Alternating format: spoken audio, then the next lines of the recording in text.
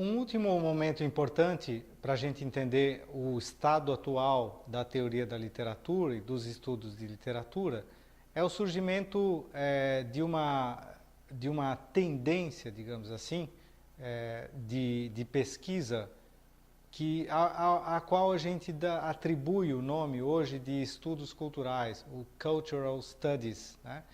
Que é, na verdade, uma tendência de pesquisa e de estudos que surge na Inglaterra, na Universidade de Birmingham, na década de 70, e que depois se espraia para a América do Norte, os Estados Unidos particularmente, né, onde os estudos culturais vão se encontrar com o pensamento pós-estruturalista, né, vai haver uma imbricação interessante entre esses estudos culturais e o pós-estruturalismo, que já vinha questionando noções como de autor, de texto e tudo isso, né? Então, o que começou a se pensar em Birmingham, né?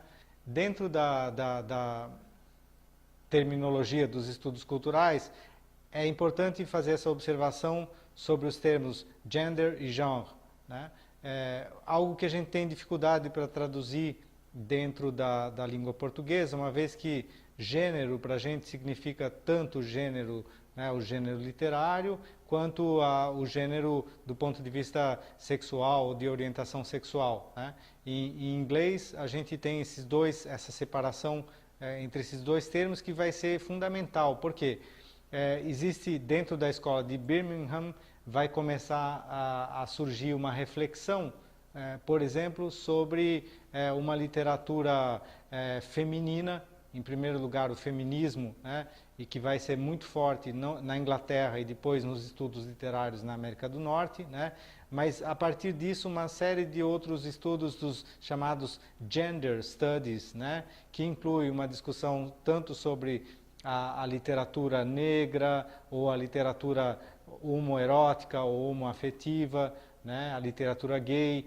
Então, todas essas formas de se pensar a literatura e o campo cultural produzem uma verdadeira a irrupção de novos modelos teóricos, né? Modelos que não poderiam mais ser pensados nem pelo textualismo da crítica mais formalista, né?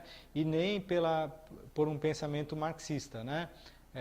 São modelos que pressupunham atitudes políticas, né? Aí vem a influência de Foucault, particularmente o pensamento de Foucault sobre a questão da biopolítica, né? Vai ter uma influência grande também sobre esses estudos culturais. Mas os estudos culturais também são fruto de uma transformação que estava se sentindo já na Inglaterra, da ascensão da cultura pop, né?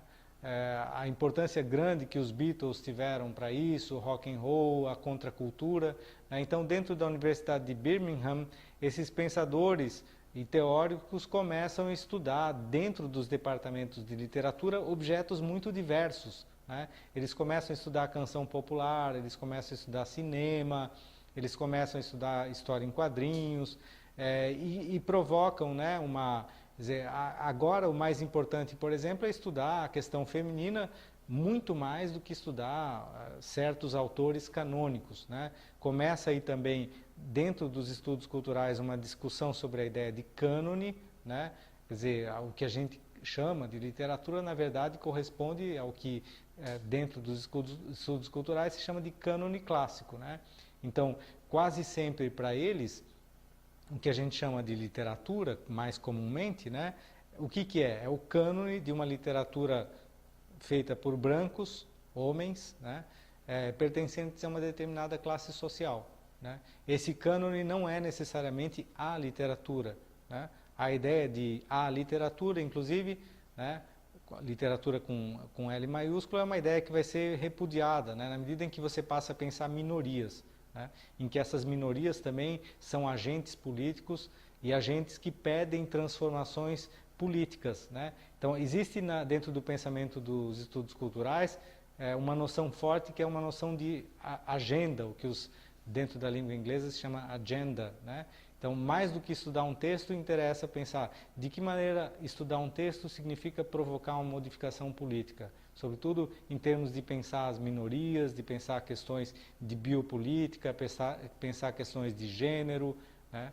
Então, essa corrente dos estudos culturais, junto com o pós-estruturalismo e com aquilo que deriva da estética da recepção, que é hoje a teoria da mídia, constituem, né, o grande encerramento, né, o grande fecho de um ciclo histórico, né, de quase 100 anos ou 150 anos de teoria da literatura, né? Então, se a gente fizer essa retrospectiva, né, a gente vê, né, que a gente sai de uma tendência biográfica no final do século XIX para uma tendência determinista, passa por uma tendência mais textualista com o formalismo e com o estruturalismo, né?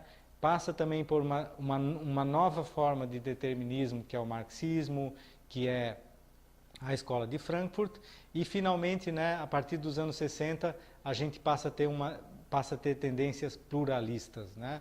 Passa a ter uma diversidade de métodos, uma diversidade de correntes, né? E uma diversidade de orientações que às vezes procuram mais politizar o texto, né?